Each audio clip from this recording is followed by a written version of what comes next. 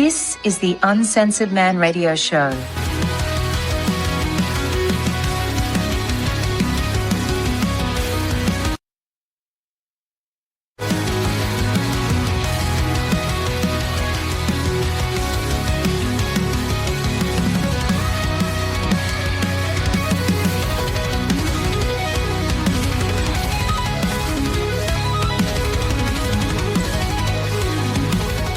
This show contains adult language and content. Listener discretion is advised.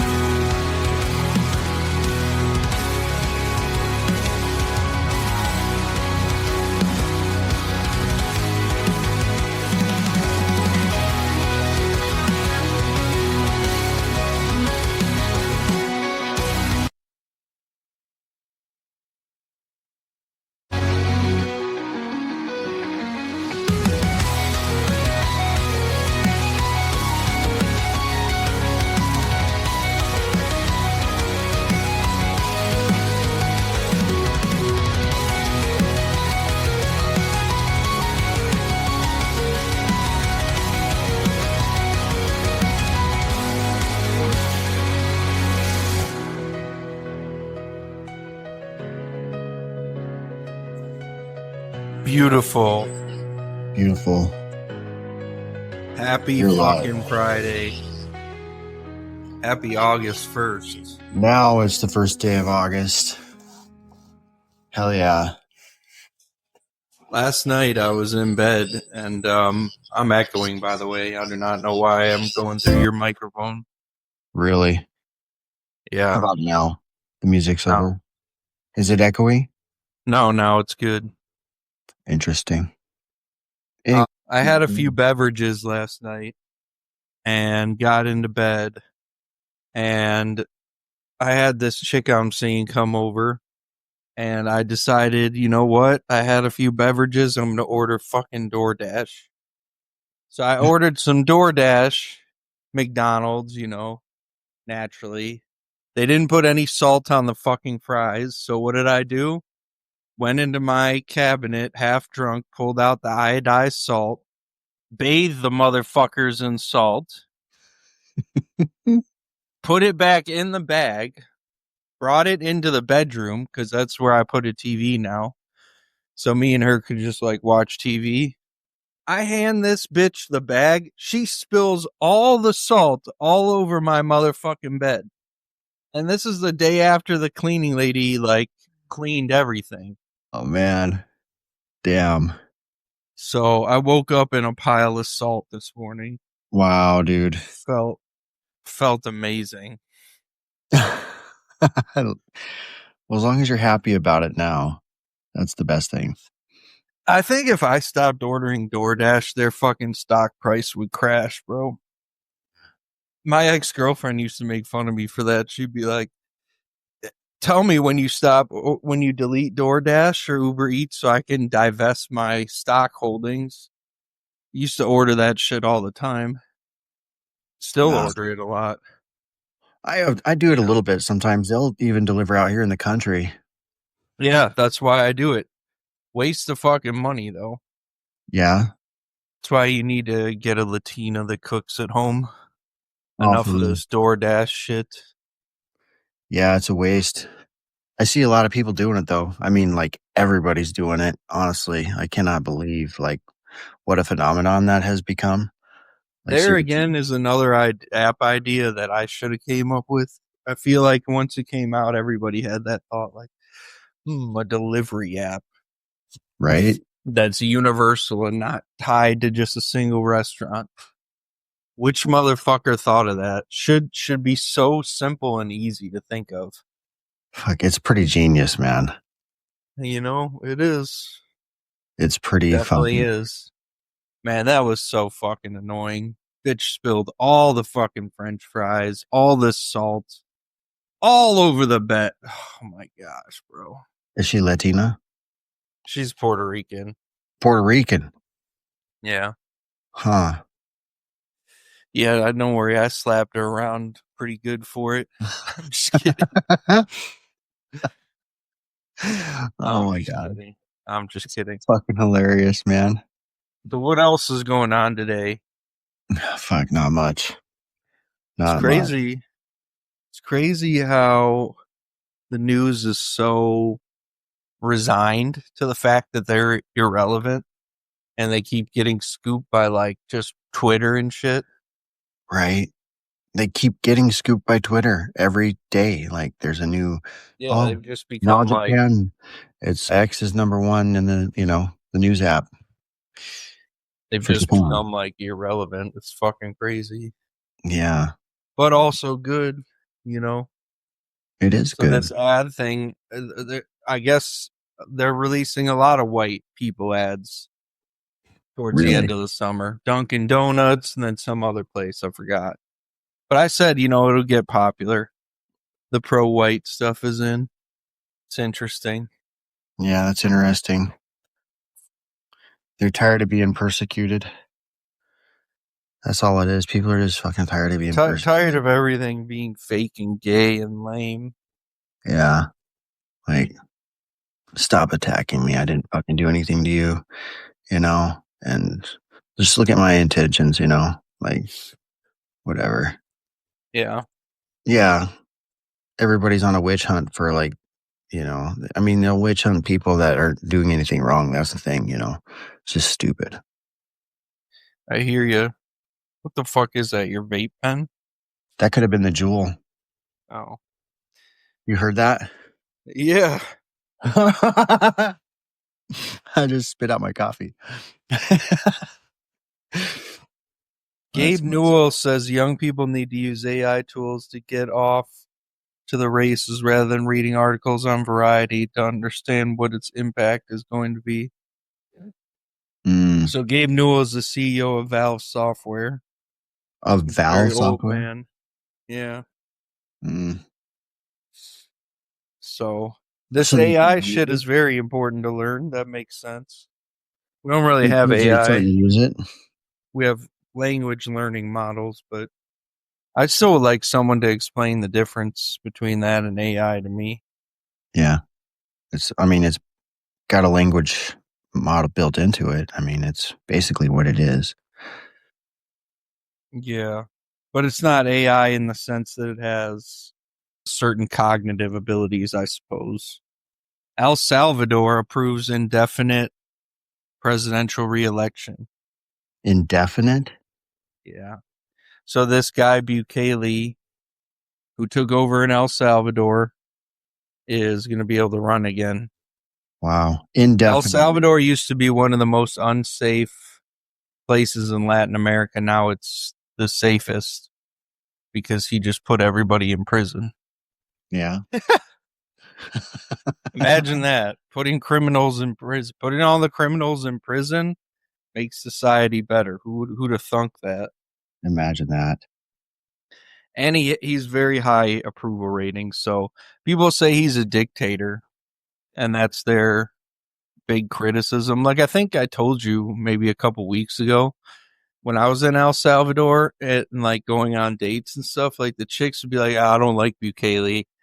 And I'm like, why? Your country used to be a like third world shithole. Now it's like a first world, like paradise, heaven, like very low crime. They're like, well, he's a dictator. Well, he's a dictator. They sound like, wow, bitch, have more sophisticated thinking. Women ruin everything. Women ruin everything. That's the problem with letting them get into politics is they just end up bringing their stupid emotions with them. Yeah. So, but El Salvador is a beautiful country. He cleaned it up by essentially getting rid of due process and just throwing people in a can. And that's the thing that sucks for leftists is that like right-wing fascist governments are typically historically very, very popular. Like they're just historically very popular. Really? Yes, really. And that's a problem. I'd probably go to El Salvador. It sounds like a safe place now. Yeah, it's pretty nice. Cheap. Or I should say not cheap in the bad sense. Not very expensive. Yeah. The American dollar goes a long ways there. Yep. Or quite a ways. Yep. Didn't we ship a bunch of prisoners back to El Salvador? Wasn't that kind of a big thing? Yeah, because yes, some of them weren't even from El Salvador, and they got put in that mega prison, and then all the human rights groups were up in arms. I don't know what the status of that was, if they were released or what. I mean, Trump seems to go back on a lot of the things that get started. I guess he lifted the tariffs. Did you hear that? Well, I just saw something here. Last minute tariffs on Mexico. So he pushed out on the Mexico tariffs, which I'm happy about. I'm glad about. I think that's a good thing. Okay, I didn't see that. You know, I see that he put in, he's supporting a full ban on congressional stock trades. Yeah, can you believe that shit? That shit in 2025 is still allowed? I think I told you yesterday, Nancy Pelosi, they make $250,000 a year in Nancy Congress. Pelosi, Nancy Pelosi's 2024 stock portfolio grew 70%, and she's already mega rich. So the way that works is, they are in charge of overseeing a lot of those industries. So they have insider information. So they use that information. In the case of Pelosi, not directly, but she talks to her husband, Paul Pelosi, the guy who had the gay prostitute. He paid the gay prostitute to beat him up a couple years back. Remember that? Yeah. Where there was supposedly a break-in, but it was really just Wasn't her husband. There a hammer involved? Yeah, it was really her husband paid some pervert to come beat him up. Anyway, that's what it looked like. I don't know. Allegedly, that's what it looked like. Allegedly. But he's a big, stock guy. So what she'd do is get insider information and use that to enrich herself. It's just blatant, open corruption. And both sides do it. So yeah, that's why you see them come out against it almost universally. You're going to see that. You saw that with Epstein. The Democrats didn't want the Epstein stuff released, or at least the key ones. Yeah, how come it's a big deal now? Why wasn't this a big deal? They're all in it because they're all in it. Well, they all want to cook Trump it just has something to do with him. Whatever. This shit just fucking pisses me off. Okay, now that Trump's in, now you're making a big fucking deal about this shit? Why wasn't this a big fucking deal back then? Oh, the Epstein stuff has always been a big deal. Well, it has, but Trump isn't releasing it because he's corrupt and he's in the files along with all the Democrats. Well, yeah, obviously he's in there.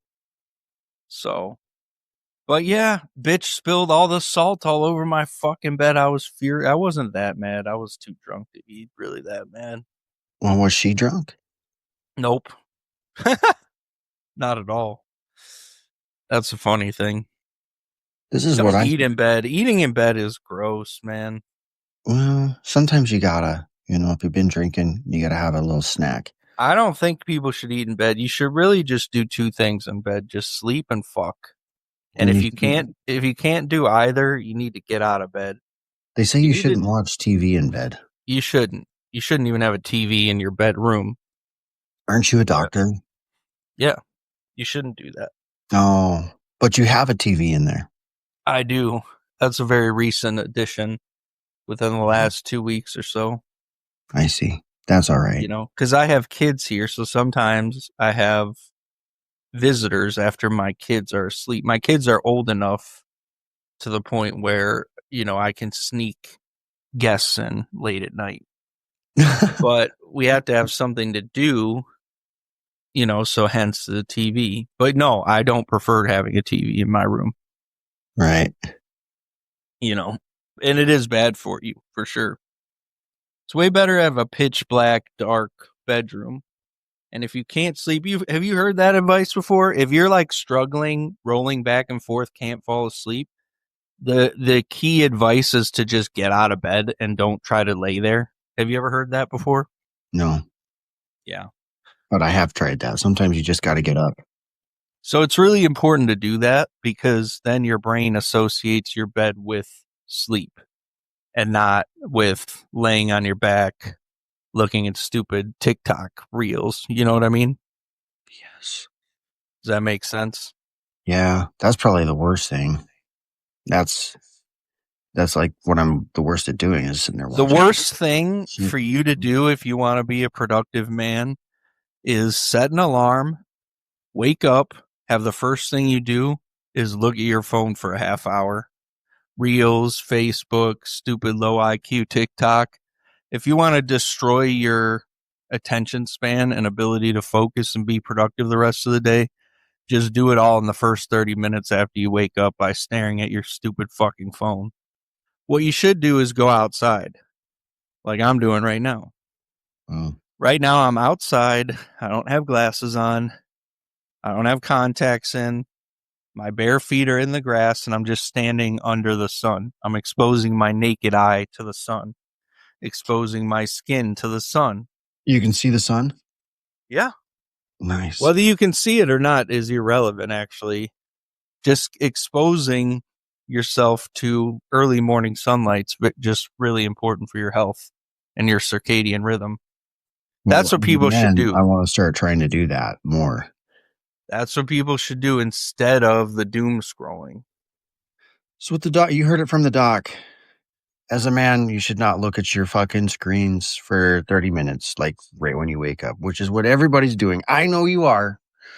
You're just like me. You're grabbing your phone. Fuck, even I do it sometimes. But you know, it's something you got to resist, because if you're using an alarm, I mean, obviously it's going to be tempting to not look at your phone, right? Right? You just got to have discipline for that shit. Justin, Brown University banned from trans procedures. Trump administration halts puberty blockers, gender surgeries, and racial quotas at Brown. Based. Yes. What probably happened is he pulled all the federal funding associated with it, because I don't think he has the authority to just stop it. Right. This is just in about tariffs. Executive order incoming tonight. Levitt confirms Trump will sign a sweeping executive order imposing tariffs on nations without deals. Over 200 countries contacted. Those without deals will get a letter or EO by midnight, 7/14. The tariff stuff to me is just stupid, because we're the ones paying for them. And apparently it's driving inflation higher. I just think it's very stupid. And it's very up and down all over the place, too. I mean, this guy changes his mind. Who the fuck gave the president the unilateral authority to tariff other countries? That was a terrible idea. You know, economic policies like that should be under the purview of Congress, not, you know, whichever. What it makes it sound like is it sounds like we're making them pay. You know what I mean? But if we're so the tariffs make us pay to import. So if you put a tariff on India, then American consumers pay extra to import Indian goods. Correct. So it's a tax on the consumer. Correct. Designed to make those products less desirable compared to, say, American products or products from nations in which we have more favorable tariff rates or whatever. I mean, I'd be in favor of a reverse tariff. I mean, if we were actually charging those countries instead of charging our own people. You know what I think more generally, though, is we just have too many fucking taxes. Yeah. We have to pay income taxes. We have high sales tax, at least in this state. The property taxes, are fucking out of control. We're way overtaxed. We're way overtaxed as it is. Our money's going out the window. Like, it's just. Well, they're not. They're not exactly spending it wisely, would you say? No, it's out of control, man. I mean, it's just, oh man, we're cooked on that deal. I mean, it's just like when you've gone and you've lived a lavish lifestyle for too long, and you're not like using your money wisely. Yeah, it's just too far gone. Yeah. Yeah. What do you think of this? Sorry, I just had a basically brain aneurysm. Yeah. I woke up with one. Where do we want to go? Culture or politics? Well, I mean, you're kind of like the politics guy. I'm more of like the... No. I mean, just give me a simple answer, and I'll bring up a topic related to your answer. Oh, yeah. Well, so culture or politics? You kind of cut out for a minute there. What was the question? I said, what do you want to talk about, culture or politics? Culture? More about culture. Yeah, that's kind of where I'm at. I don't mind a little politics, but yeah, culture. All right. The sluttiest, sexiest thing a man can do is decisively reject right-wing and manosphere red pill ideology in favor of empathy, kindness, and moral conviction. What do you think about that? What the fuck? That was a mouthful. This is the Foyd talking points for August 1st. The Foyd? sluttiest, sexy... It comes from a woman, so it needn't make sense, but I'll read it again. I was going to say, I was like, it sounds kind of gay, but... I'll read it again. The sluttiest, sexiest thing a man can do is decisively reject right-wing and manosphere red pill ideology in favor of empathy, kindness, and moral conviction. Fuck, that sounds so stupid. So I guess the attack on the red pill as of late is that it's disempathic.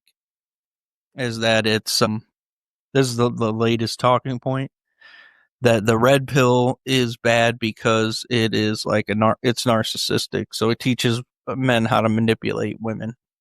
Well, so instead of being something that teaches men how modern women behave, it instead teaches men how to manipulate, control, and abuse.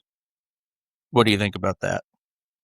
Well, I am thinking about it. I mean, I've tried both ways, being just empathic and kind, and like that shit doesn't get you anywhere. They just treat you like you're a fucking retard if you're gonna talk to people like that. Women don't like empathy, huh? No, they don't like that. They just, I mean, it seems like when you act more red pill, like fucking women like that better. I mean, you'd think that you're going to piss them off, but somehow they end up laughing and having a great time and they like you more. And it doesn't mean you can't be kind. And what is that? Empathic, yeah. Show empathy. These things. You don't have to be a real asshole. You can just be kind of an asshole. I think it's funny how so many women on social media use these female terms directed at men. Like they'll call men slutty or say that men are run through.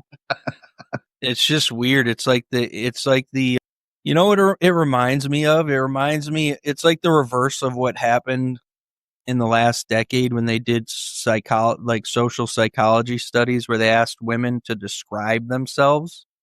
So they did this study where they got a bunch of college-age women together and asked them to describe themselves, like pick adjectives that would describe themselves. So like back in the 60s and 70s, women would pick like empathic, sensitive, kind, effeminate, like compliant, or I don't know if compliant was one of them, but wow, they're all like traditionally feminine attributes.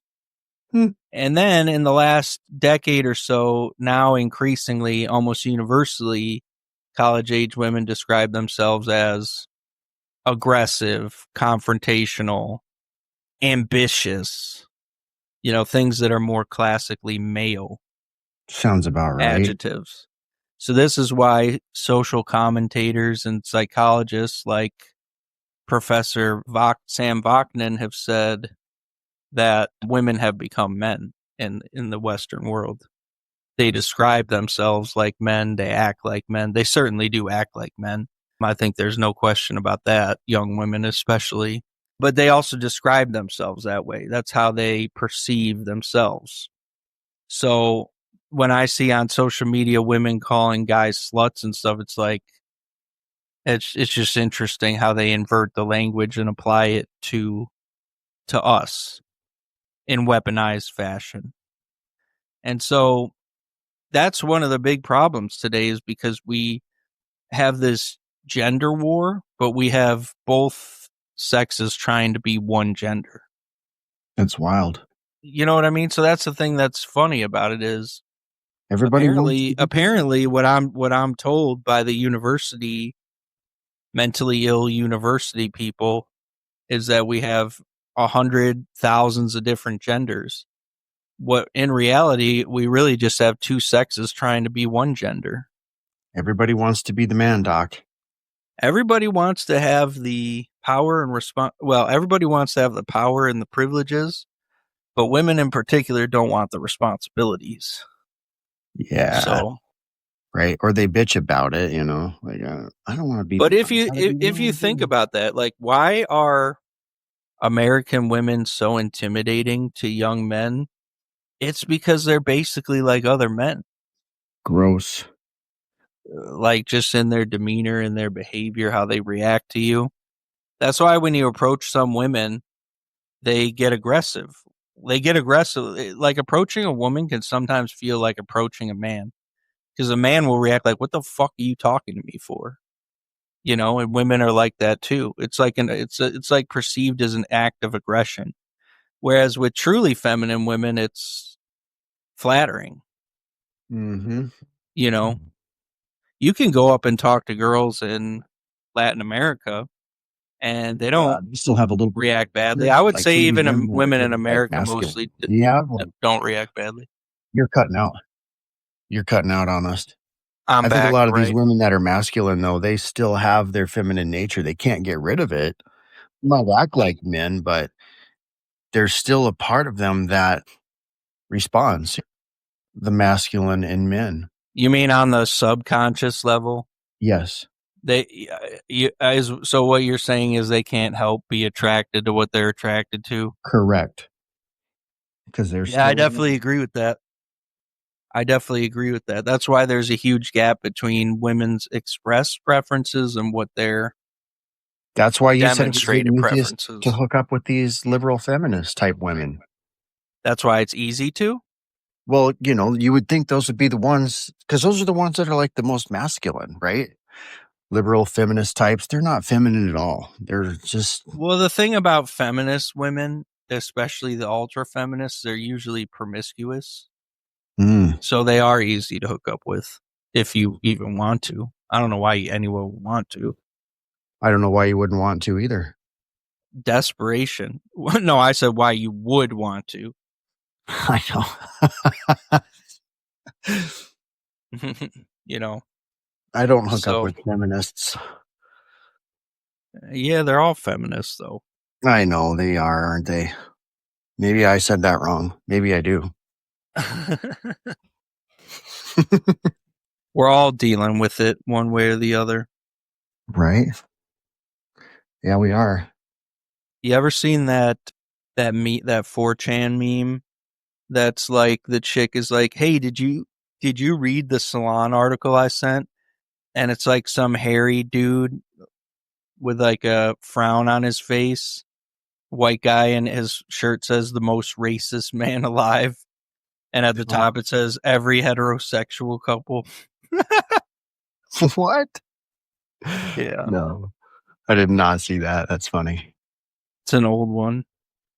Oh, that's fucking funny. That's fucking funny. Male loneliness epidemic. Yeah, male loneliness epidemic. What are the stats on that? Male versus female loneliness. Is it just as bad maybe for the females too? Quite possibly. No, it's not just as bad, because women have more friend networks. And they also, a lot of women, they have guys, but those guys are usually seeing like 3 or 4 other chicks. So there's less men dating, but I mean, that's honestly, more and more, it's just people are lonely. Like that's the other thing. A lot of women are becoming increasingly celibate too, which is an underappreciated phenomenon because everybody thinks they're just sluts. That's the other major cultural thing I'm going to predict is the promiscuity is going to go down in the next decade significantly as the social mores changes and goes back in time to a place that like heavily demonized and criticized slut behavior. Right. That's not terrible. I mean, so, but it's going to be a weird situation because we're still going to be a heavily pornographied society, but women are going to be, men and women are going to be less promiscuous, I think. That's not a bad thing. Yeah, but it's going to just lead to more isolation, I think. You think? Unintentionally. Yeah, because, even though the lower promiscuity makes men more attracted to women, women still are not attracted to men in America. They just find so few men attractive. So that's the, as we would call it in biochemistry, the rate limiting step. So the thing is, you can't fix the fact that men and women hate each other by making women more attractive because that's never been the bottleneck. I mean, look at American women. A lot of them are overweight, fat as hell. So are American men. I mean, it's definitely, we have a metabolic disease problem in this country. Yeah. So my point is not to single out women because men are even worse when it comes to that. But you think about it, it's not like we have the most attractive women in the world. No. Okay, but even so, men would still, it's the attractiveness part on the side of men isn't the issue. It's the side of women. How do you fix that most men are just not attractive to other men or to women? Okay, I was going to say, wait, what? Yeah. I don't know if you can fix that. I mean, yeah, so that's like one of the major themes of the show. Now, the U.S., do you see what happened with the economy, the jobs? You know how they told us last month the employment went up? Yeah. Well, they revised all those numbers. Really? And so employment didn't really go up in May and June. So the economy stalled. Not surprised. Have you noticed that? Have you, in your business, you had to raise prices? All the time, Shit just gets more expensive. Yeah, shit just gets more expensive and people freak out about it a little bit, but, it's like, damn, what do you do? I don't know what we do. I do know that this current trend can't go on. Because like I said, what are you going to do if you have young kids? Is their college just going to cost $1 million a year? Is that just what the cost of college? I mean, it's not sustainable. Yeah. No, it's not. I mean, and they're just, less people are going to go to college, they're just going to opt for what they can do because, I mean, you're going to end up with a bill that most likely your degree isn't even to get you into a job that can pay for your degree for most people. I mean, unless you're going to a prominent university.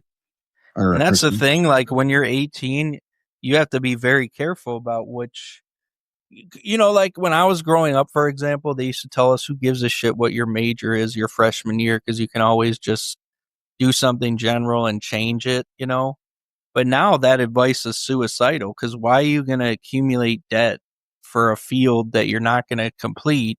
And even if you did complete, it would be totally worthless.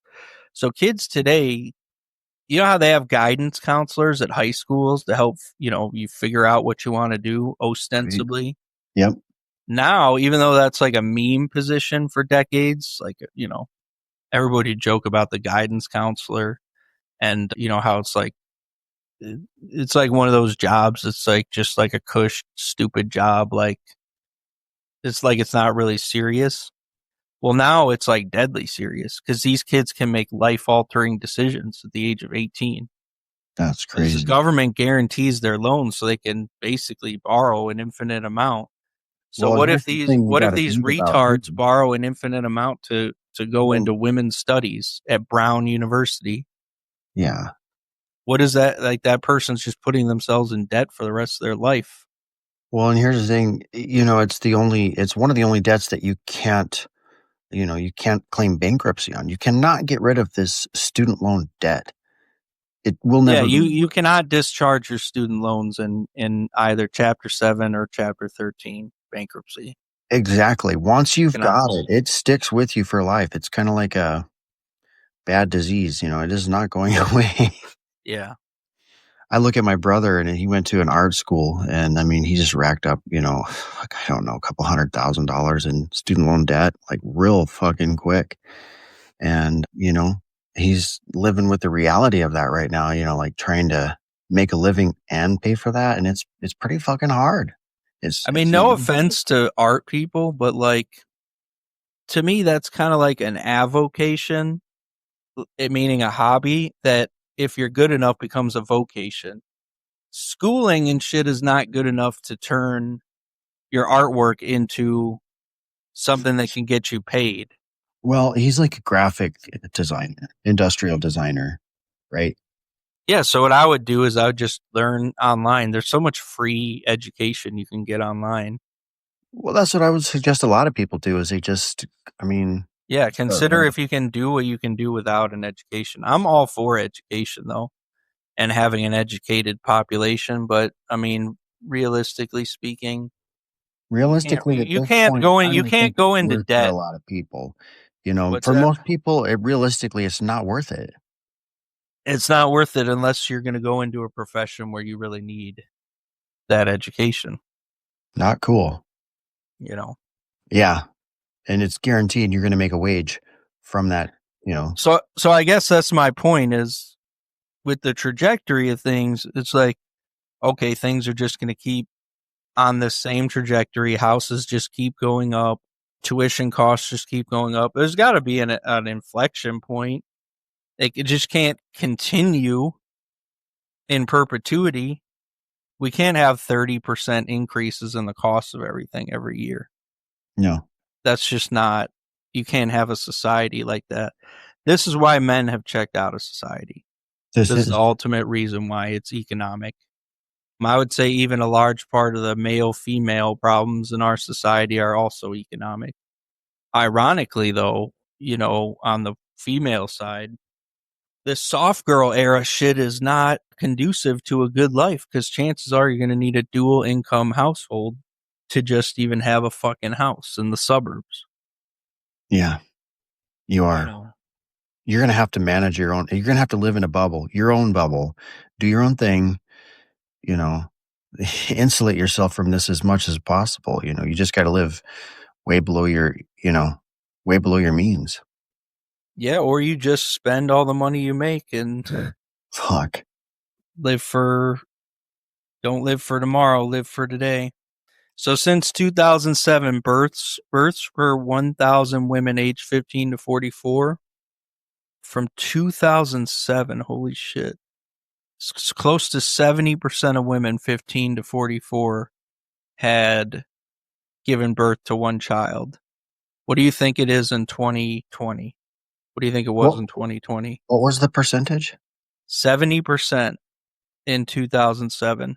In 2007, 70% of women ages 15 to 44 had given birth at least once. By the way, it was the same in 1980, and it was the same in 1990. 1990 was like 72%. Really? And then it fell to a low from 1980 to 2007. The lowest was like 64%, and that was in the mid-90s. All right. What is it now? In 2007, it was 70%, or like 69%. So what would you guess it was in 2020? 2020? Maybe it dropped down to shit. I don't know. It seems like it stayed fairly in there. Like, let me say 60%. 55. Dang. Which is far lower than it was pre-2007. Yeah. So the birth rates have plummeted. Interesting. The birth rates have plummeted. Have you heard any politician talk about it? Not really. Not that I can think of. Right? Trump just passed a law where they're not going to tax Social Security income anymore. And all the boomers are excited about that for good reason. I mean, it got, that's double taxed, right? You pay Social Security taxes. Yeah. Ostensibly, it goes into a trust fund. But as I said, Social Security is a Ponzi scheme because all the Social Security money was spent decades ago. So what the boomers paid in while they were working, that money's already spent. So now all the money that goes to pay them comes from younger people working today. So what do we call that? That's called a Ponzi scheme. So if you have birth rates that plummet like that, 4x in the span of less than 2 decades, how the fuck are you going to continue entitlement Ponzi schemes into the future? That is not sustainable because you have boomers living longer than ever. Presumably, Gen Xers will also live probably longer than boomers did. We don't know. Life expectancy has gone down in the U.S. the last couple of years. I hear influencers talking about it. Just because of the obesity epidemic. I don't really hear politicians talking about it, but I do hear influencers like Elon and Andrew Tate. Yeah, those are guys that have multiple kids by many different women. Yeah. Imagine how annoying that is. Could you imagine? I don't mean, yeah, I can't imagine. I came very close to having more than one baby mom. Damn. On more than I one wouldn't occasion. recommend it. I don't know if they're on the right track or not, having multiple babies. But maybe once you reach a certain point, it's like you hit critical mass and you got all these baby mamas. Well, here's the thing. Attention. Just doesn't sound like a fun. No, it doesn't sound fun at all. I think having children's important. If you're a man, especially, it's important for society that we continue our species. And especially since so many people are not reproducing. So on a societal level, it's like an obligation. On an individual level, it's hard to argue that it's ethical to have children in an atmosphere like this. But definitely, so we need more kids. So I think they are on the right track. I'm not sure about having 8 or 9 different baby moms and never seeing the kids, but I'd like to have more kids, for example. Yeah. But, I'm still a young man, so. Well, you are. I'm getting up there. I would love to have another kid or two, but I don't want to go through that again. I mean, I'm just not going to. It sounds great. I miss having my little kids around. It's not the best time of my life. It's not the kids that are the issue. It's the mothers that are the issue. Well, and the kids cost right. Money. Kids cost a fuckload of money. Man. Yeah, you are cutting out a little bit on us. Your signal is coming in and out quite a bit on us. Yeah. Can you hear me now? Yep. You can hear me? Yeah, no, I hear myself. All right. So I took off my lavalier mic. Oh. But anyway, yeah, that's the issue. It's so expensive. So people think, how do I have kids? But there's a lot of guys that are cut out from the reproduction market right now that shouldn't be for the good of humanity because they're high intellect people. We have a situation where we have poor people and people in the third world reproducing like crazy, but intelligent people, particularly white people, are not. So that's not good. Why is it that if you look at these third world countries, they all have all kinds of babies, but you come here in a developed country and I don't know any I don't really know too many young people with kids. I know a lot of single moms. A lot of single moms too. But you're right. I hate that. I hate this. Like nuclear families. That's the thing, and they want to blame it on men, but it's just, I don't know. I think it's just too easy for women to just pack up and leave the family because it's not the men that are leaving. Well, yeah, statistically, it's not. Statistically, it's women that file most divorces. Yeah. Did you hear what I said? You're garbly. You're coming in and out. Your signal sucks. We can't hear you, Doc. What about now? Is that better? You're there. Yep. Yeah. Yeah, I mean, they did. Well, it's women that file most of the divorces, but yeah, we do need more kids. What does an incel do to have kids, though? I guess go through surrogacy. I guess you could do surrogacy or you could adopt. Yeah. Well, if you want to pass on your genes, you do surrogacy. So I wonder if that's financially out of reach. I bet there are some MIG towers where that could be an option if they don't mind raising kids or they have enough money for nannies and stuff. I don't think it's ideal for men to raise kids by themselves, though. No. I mean, how are you going to go to work and support a kid? Like, it's just not, yeah. That's why I said you need like a nanny or something. It's not ideal. No, you need a good, healthy, stable woman raising the kids, but where are you going to find healthy and stable? No. I know, Good that's luck. funny. Good luck. That's going to be hard to find. Oh, man. But anyway, what are you doing this weekend? Oh, I'm probably just working on my house, looking for things to do to stay busy. Sounds good. As soon as I get off, we'll get the AI thing set up and we'll get the Spotify stuff. But if I go do that, you can publish. I can publish a whole bunch of episodes. I'll go do that right after this. Yeah. We'll get a bunch of episodes uploaded. I'll probably head into town to the coffee shop and just put my headphones in and go to work on this. Sounds good.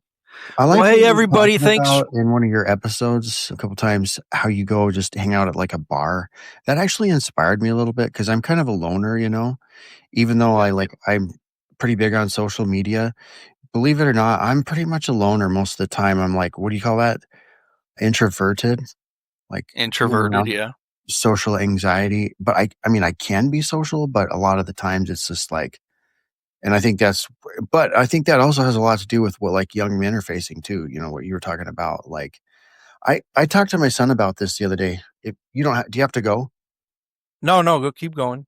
Yeah, I'm going to listen to you for a minute while I have to put the headset down. So like my son's a great example, right? Like he's 22, he'll be 23 here in August. Okay. I mean, he's never had like a real girlfriend, like a actual steady girlfriend where they're like seeing each other. I mean, he's had some hookups. He's been with women, right? But that's not what he wants. He wants to meet someone like as a girlfriend, a friend. And I mean, we're walking around town and there's a lot of pretty girls around it. But the thing he says is like, yeah, they're everywhere, but none of them want anything to do with me. Like he's just like frustrated. And I see it with other young men too. They're all just frustrated as fuck. Cause like these men won't, or these girls won't even look at them. And he's 6 foot tall. Like he looks fucking good. Like he's a good looking kid. And like but I look around and I see like when he's not looking, I see these girls checking him out, right? I think it's just because he doesn't know how to talk to them, right? And because he's awkward, or maybe, he just doesn't know what to say or do. But it is a thing for these young men. They're just like super, super frustrated. They can't meet women, or the women just don't look their way. Like they're just not giving these guys the time of day unless they're like 6'5". And so with your kid, he doesn't know what to say. Well, I think he's a little bit awkward with girls still. Yeah. Well, what do you mean by that? Explain. Like give me an example. An example? Well, let me just say, like, so if a cute girl were to start talking to him, which, totally in his range, right? He'd probably get nervous, start talking nervously instead of just like talking to each other like we're talking. Something inside of him changes and he gets like a little bit of nervous awkwardness, right? So he's not going to be himself. And I think that's just what's killing him. Okay. So he just doesn't know what to say, pretty much. Yeah, doesn't know what to say. Confidence, is like the butterflies come in and just kind of fucks it all up. But like, I mean, he's good enough looking. I mean, he's like 6 foot tall. He looks fucking great. Honestly, what you should do, if the best thing to say to a chick is just, hey, can I meet you real quick? Hey, can I meet you real quick? Yeah. Can I meet you real quick? 1 second. Can I meet you real quick? And you say real quick because then if it's a stranger, it's kind of like giving them what's called a false time constraint. Like it'll be really quick because they don't know if you're selling them something. You're a stranger, so they don't know what the nature of your interaction is going to be. But that's the John Anthony opener. So if you search a guy named John Anthony, that's the advice he gives. Hey, can I meet you real quick? It works really good. John Anthony. Or if you're in Mexico, you just say, hola, guapísima. ¿Cómo estás? Interesting. Okay. I've never heard of John Anthony, but who is he? And that's what you should do.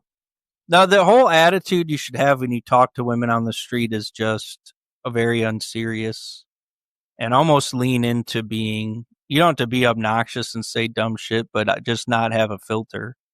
Right. So you just say, hey, can I talk to you real quick? Like I can do this like an expert. If I have like 2 beers, I'll talk to any chick anywhere. It does not matter whether she speaks English, whether she doesn't speak English. That's why you have to learn how to approach women as a guy, because it's like a superpower. Because 99% of men will never do it. So if you do it, all you got to do is learn how to get rejected. Because once you don't care about rejection, it just doesn't matter. You could go up to her and be like, hey, can I meet you real quick? She'd be like, okay. Like, who the fuck are you? Oh, I just saw you over there. I thought you looked really pretty. I just wanted to meet you real quick. Blah, blah, blah. What's your name? And then they could be like, well, fuck off. You're super ugly. And I can't believe that you would talk to me. And then if you internalize that, sure, it's going to be a horrible experience, but you don't internalize it. It's just part of life and you move on. And the power move is just going right to her friend sitting right behind her. You wouldn't believe how many times that actually works, by the way, is you get blown out by the first friend and then the chick sitting next to her is very receptive to you. That happens a lot. And I think the reason that it happens is because the second chick sees that you don't give a fuck at all. And that's just like supremely attractive. Because it's like, oh man, he's not humiliated by the fact he just got blown out. Right. So I guess what I'm trying to say is, for your son and other guys, the very act of just doing it is in and of itself a power move, because most guys don't do it. Dude, chicks today will go out looking for guys to talk to them. You know what I would honestly do if I was in my early 20s, honestly, is this is the best era to do it, is fuck the girls your age. They're all on boats or with like older guys like me. So those chicks are out of reach for you, probably. Go for the old cougars. Because the cougars, the cougars are starved for dick, man. They are, and they're looking for younger dudes because, again, they like guys that are stupid and they can manipulate. So just be that guy. Just be that young, impressionable guy. You could, if you even try to attempt to talk to an older chick, like they love that shit. They love that shit. They love. You're not wrong. So that's the funny thing, that's the really funny thing. Like, if I talk to women my own age, I get mixed receptions sometimes, but almost universally, the women my age who are single, like, they love younger guys. Yep. They love younger guys, they'll even approach younger guys on their own. I even see younger girls do this too, which is weird. But again, that's this shift where there's no clear gender roles. So now women can be the aggressor or the approacher. So we see that too. You see younger girls doing what? Just approaching guys. Oh. Yeah. That's why I said the other day, someone asked me, hey, my wife got mad because a woman approached me at the mall and gave me her phone number and I didn't refuse. Like, she just wrote it down, handed it to me. And I'm like, well, dude, your wife shouldn't be mad at you. You have an obligation. Every man who gets approached by a woman in 2025 has an obligation to accept that woman's approach, regardless of whether you have a girlfriend, a wife, or whatever. If she wants your number, give her your number. If she wants to give you her number, you take her number and you text her or whatever. You got to make the experience of women approaching men like a positive experience. So like if your chick gets mad at you, like, hey, why'd you let that girl give you her phone number? You just say like, listen, like, imagine it was you. Like, if I give this girl a bad experience approaching, like if I blow her out, like, and make her feel like shit, then she's not going to approach any guy ever again. This could potentially like make her a single cat lady for the rest of her life. So I have an obligation to take this bitch's number and to text her just on behalf of all the other men who she may not have approached if I, said, oh, I'm sorry, I have a girlfriend. So that's the thing is men have an obligation to let women approach them. It's great. Yeah. And it's logical though, right? Because you see all these TikToks, these women, they try to approach guys and the guys are like rude and they say no or whatever. And that's why the clips go viral because like what girl ever gets rejected? But to me, don't reject the chicks. Like, even if you have a girlfriend, you gotta take one for the team. So. No, that's cool. I don't know if you're a married man, how that's going to work out, but. Yeah. And I just want to preface all that. I am divorced. So, take my relationship advice. If you're married, I mean, with a grain of salt. I don't know that I would suggest that, but I would maybe respectfully decline, be like, oh, I'm sorry, I'm married. Yeah, but thanks anyways. I wouldn't do that. I would just be like, yeah, of course, you're very beautiful. You'd fucking put that thing in your pocket for later. I know you would. Well, no, I wouldn't put it in my pocket. I would put it in my phone. Exactly. I know you too well, man. I already know you too well. I would put it in my phone. You have to listen. If women want to take the initiative in today's society, I think we should encourage that. No, I think it's great. Who am I, just because I'm married or I have a girlfriend, who am I to ruin a woman's perception of cold approach?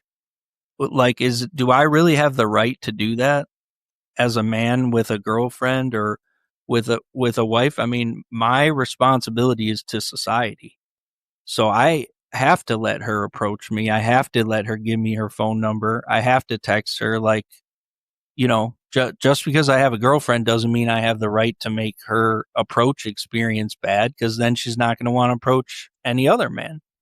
So what it's going to ruin on the heavy side. So by me refusing, I'm doing a disservice to men and therefore to all of humanity.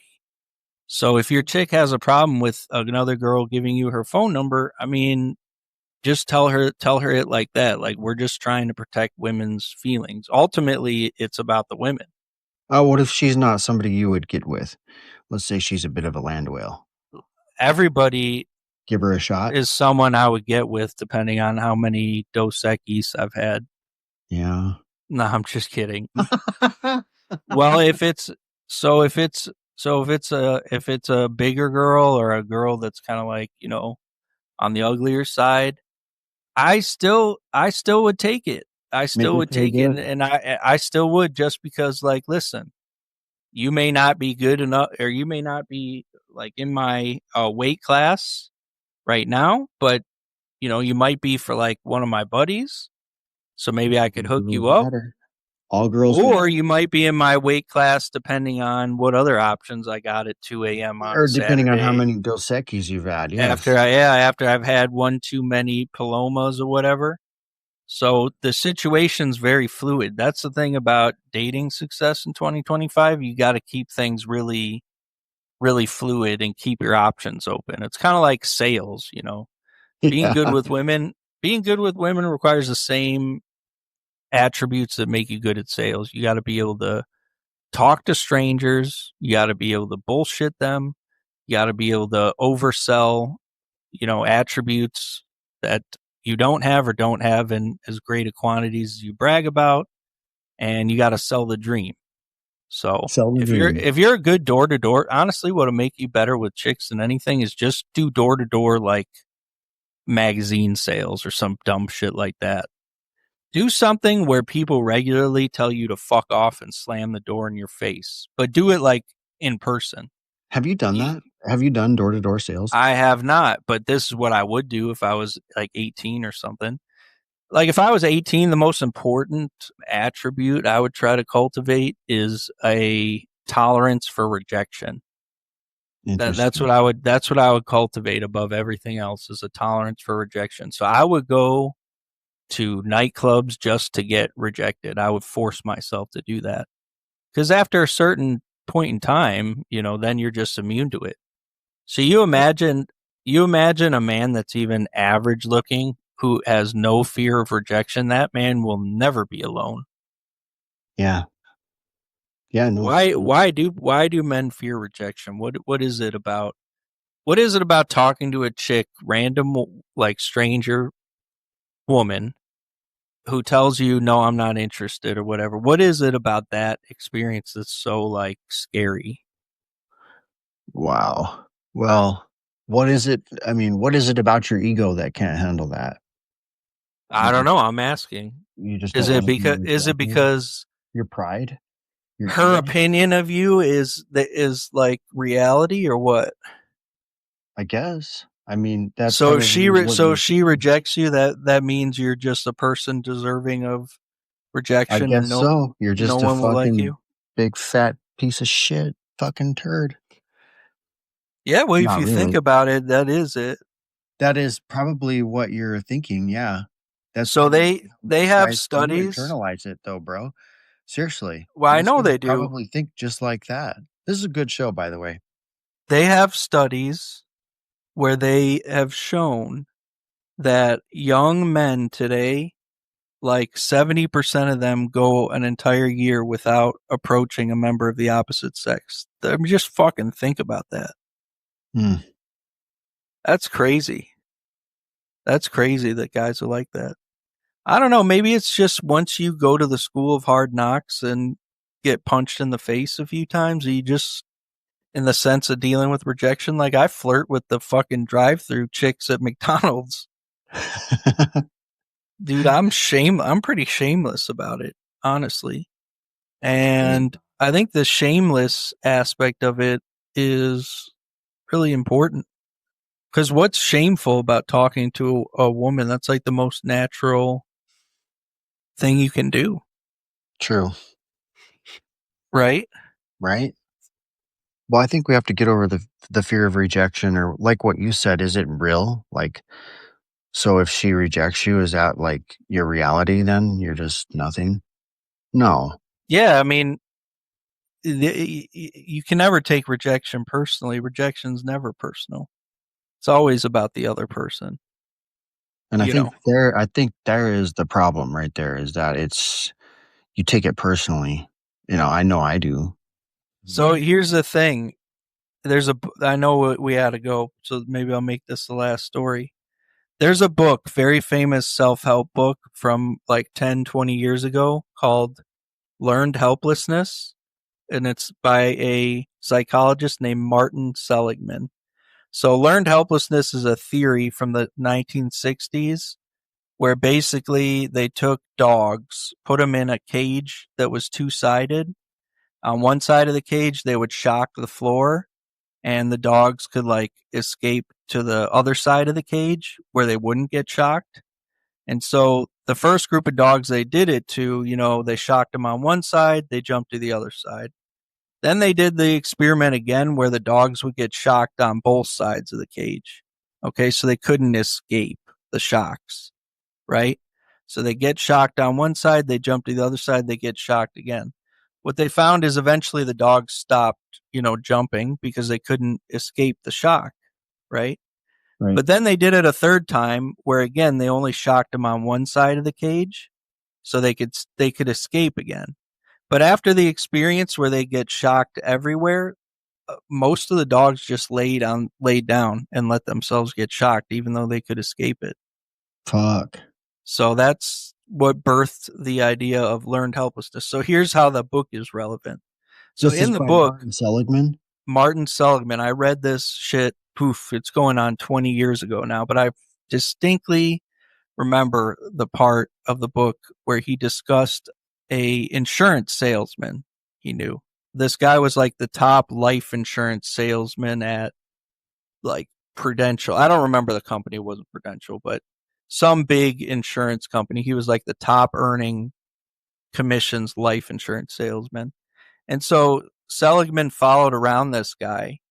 And the reason he followed around this guy is because, the experiment is what happens when you expose someone to adverse outcomes, like at a high frequency, and then you give them the opportunity to escape those outcomes. In other words, like they have the other side of the cage where they don't get shocked.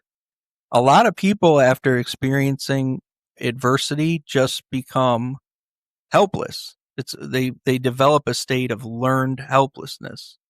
Learned because, for whatever reason, their efforts in the past didn't help solve their problems, so they feel like nothing will solve their problems. So they do nothing. And one of the big triggers for that is rejection, right? So if you're a cold calling life insurance salesman, to be the top salesman, what do you got to do? Well, it's volume. It's volume. You got to talk to a lot of people and have a lot of people hang up on you. Have a lot of people tell you, this is annoying, don't call again. Have a lot of people interrogate you and, curse at you, whatever. But you got to sell regardless. So what ends up happening is your sales and your success come from volume and getting past the rejection, not internalizing it. So you could have, on any given day, maybe you have to call 10 people.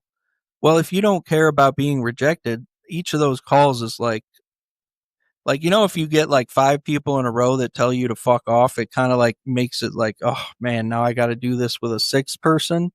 But if it doesn't like sap your energy and your confidence, you could just do that all day long.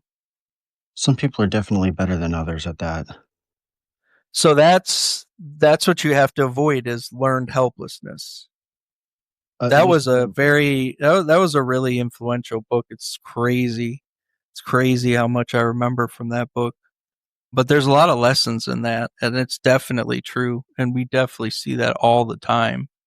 And there's all these guys, most men today I see like in the clinic, they have problems that are admittedly pretty big, right? Right. Some of their personal life issues, I'm like, damn, that's shitty. But in most cases, they're imminently solvable, or at least partially solvable. And so we see this in guys with like very low testosterone levels, is they develop this state of learned helplessness and they leave their problems alone. And then they get on testosterone therapy. And then all of a sudden, for whatever reason, they have, chemically, they now have the motivation and the drive to deal with whatever their problems are. It doesn't necessarily make your life just, all of a sudden stress free. It makes you able to cope with the stress, and it makes you want to do things about your problems. I wonder right? if that would help me. I find so you just think about that with relation to women, though, right? That's what most men have become, just developed a state of learned helplessness when it comes to their sex and dating life. It's like there's no solution. All the women are whores, and I can't approach any of them because I'm scared.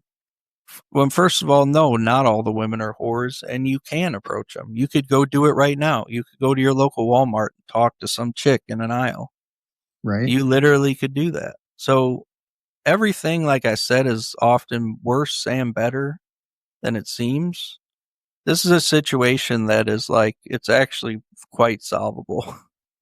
You just have to lose the fear of rejection. It's actually harder to do it's easier said than done.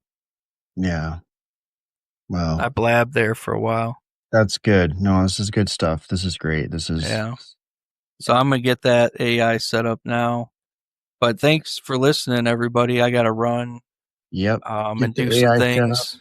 If you get that set up, I'll publish a bunch of episodes today on all the major streaming platforms. Sounds good. That'll be my goal. So that'll be what I'm doing for the next couple of days. Be working on. Sounds good. Maybe just label each show by the date too. Okay, I'll try. It's little bit confusing and complicated getting in here, but yeah, I'll do what I can. Just so people know, what, like, this is the 31st show, so people can listen in the order. Yeah. We have a lot of continuing threads and themes, man. Oh, for sure. Absolutely. I don't know why I'm getting feedback through your phone, but I don't know. We'll head out. I'll talk to you tomorrow morning. All right, brother. All right. Thanks for joining us, everyone. Have a great day. This is the Uncensored Man Radio Show.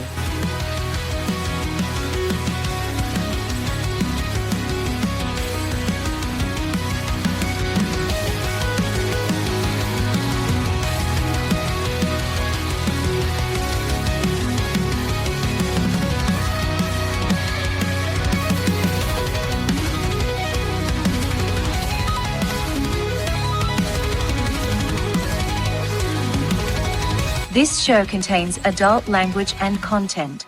Listener discretion is advised.